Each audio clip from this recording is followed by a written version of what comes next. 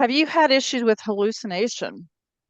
Yeah, so hallucination um does happen, and the reason it happens is because ChatGPT is it doesn't exactly read through everything sometimes. It really skims.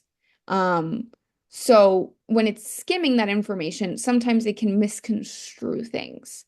And also it ChatGPT kind of has what's called a temperature setting.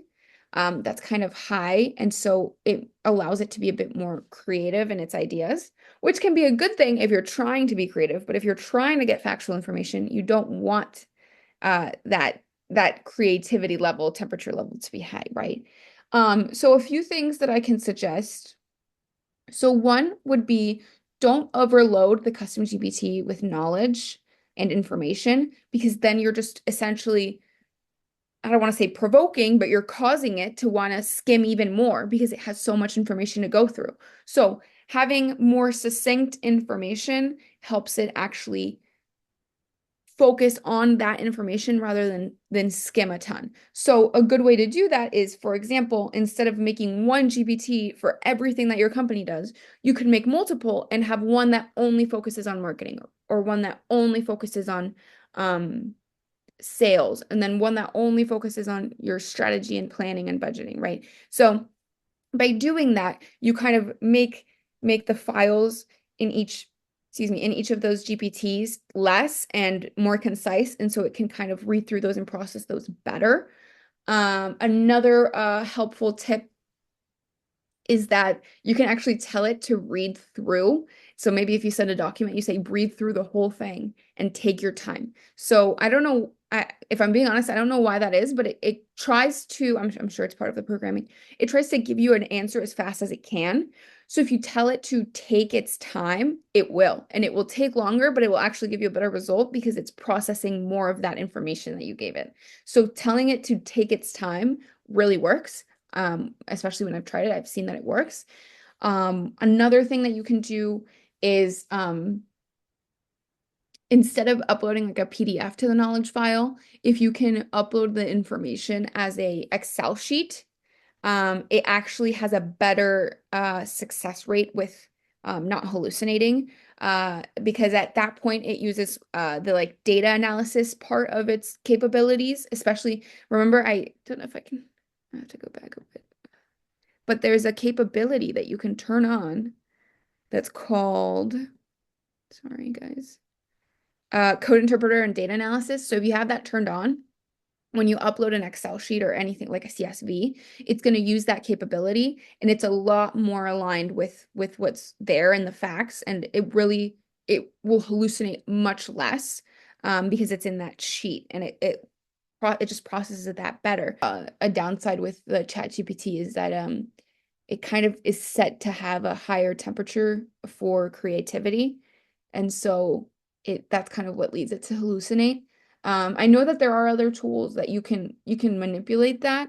There's none that I can come up with off the top of my head, but I know there's other tools where you can adjust the temperature setting, and maybe even with an API with ChatGPT, I'm sure you could um, adjust the temperature setting so that it Have hallucinates you less. used your GPT to help you design strategy, or do you use a different tool to help with strategy and calendars?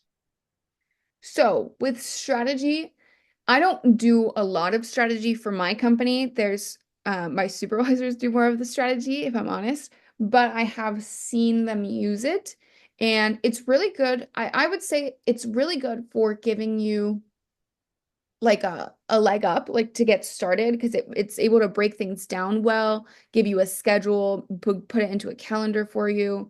If you ask it to put it, for example, if it puts together a strategy and you want it to format it in a certain way, it will. If you want it, if you say, hey, I want this strategy and I want it to be aligned by these quarters and these things put in there, and put it into an Excel sheet, it will put it into an Excel sheet for you. So it's a really great starting point. If I'm honest, I don't have that much experience with strategy, with building a robust strategy with ChatGPT, but I'm sure that it's possible. Um, all I know for sure is that it works very well for a starting point with strategy to build out framework and structure. I do believe that if you were to use it for that, I would suggest that you upload maybe some context like maybe strategy you've done in the past, maybe some budget sheets or like breakdowns of the numbers throughout the year that you have, and give that to the custom GPT, and it works great. If you give it numbers, it works very, very well to figure out what you need to be doing and giving you a recommendation based on those numbers. So Have you used any image generators for post? that's And a great question. what are tips to make it effective? So, Right. So hmm, that's a great question. So so with if you have the pro version of ChatGPT, it lets you use DALL-E, which is one of I think it's a great image generation AI tool. And it actually does graphics as well. So if I wanted to create a graphic, for example, for a LinkedIn post, not just an image, but like a graphic, something that looks like, a designer made it, um, I would make sure to tell DALL-E I want a graphic and even upload that LinkedIn post or that blog post and say, make a graphic for this. And something you'll notice is that if you do that, the graphic will have like fake words in it. Like it's not actually spelled correctly, like the letters are not right. It's like symbolizing as though the letters would be there, but it's usually spelled wrong. And there is a good fix for that.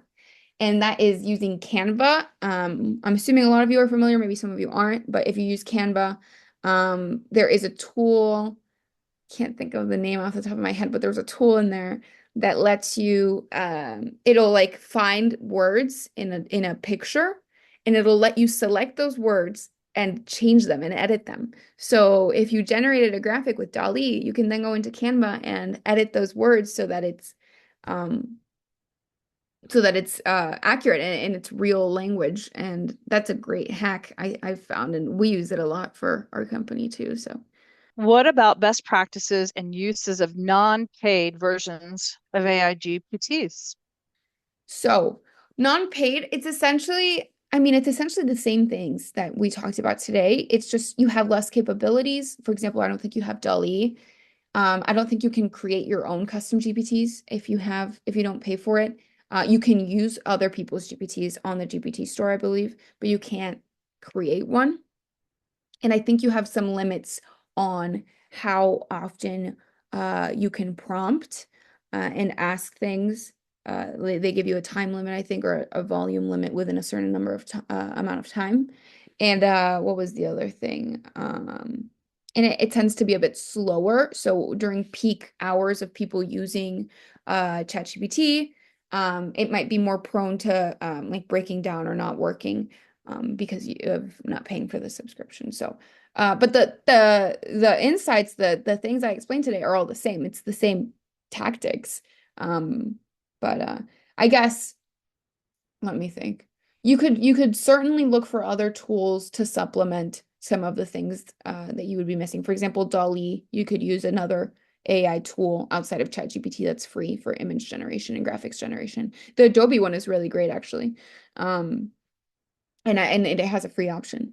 Um, so yeah, I think I hope that answers the question. Let me know Yeah, if they somebody posted Adobe Firefly. Is that the one you're referring to? you think so. I think so. I've used it before and I've had luck with it. It's a bit slow, I think, because it works better if you have the downloaded program, but you can get it on web browser, and I've used it for free and it's great. So Okay, great.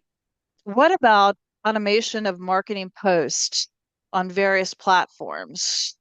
animations of a marketing post. So Automation. What about automation? automations. What about Automation, yeah. I'm not sure. What about automation of marketing posts on various platforms? Do you understand the so question or yeah. I'm thinking. Sorry, I'm thinking. okay. Okay. So I don't I don't automate marketing posts with ChatGPT. I'm sure there's a way to. I don't. But I use other tools for posting on on LinkedIn and other social medias. Um, and I just schedule those out. I guess technically it's really not automation.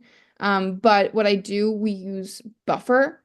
And it's really great because it lets you write out all of your posts, and once you have them ready, you just schedule them all out and it'll automatically post those for you. And you can even use that same post. What was it called? Buffer. I think it's buffer.com. So I can yeah, and so we use that, and I find it's really great for the price. I think it's $5 per every channel. There's a free version, and then if you go past the free version, it's just $5 for every channel. And yeah, so you if you say you write a post for LinkedIn and you want to post that same thing also on the Instagram and also on the Facebook, you can just have it like duplicate itself very easily. You don't have and it'll send it out across all of those channels all at the same time for you. So I think that's kind of a way to automate marketing posts if you're interested in that.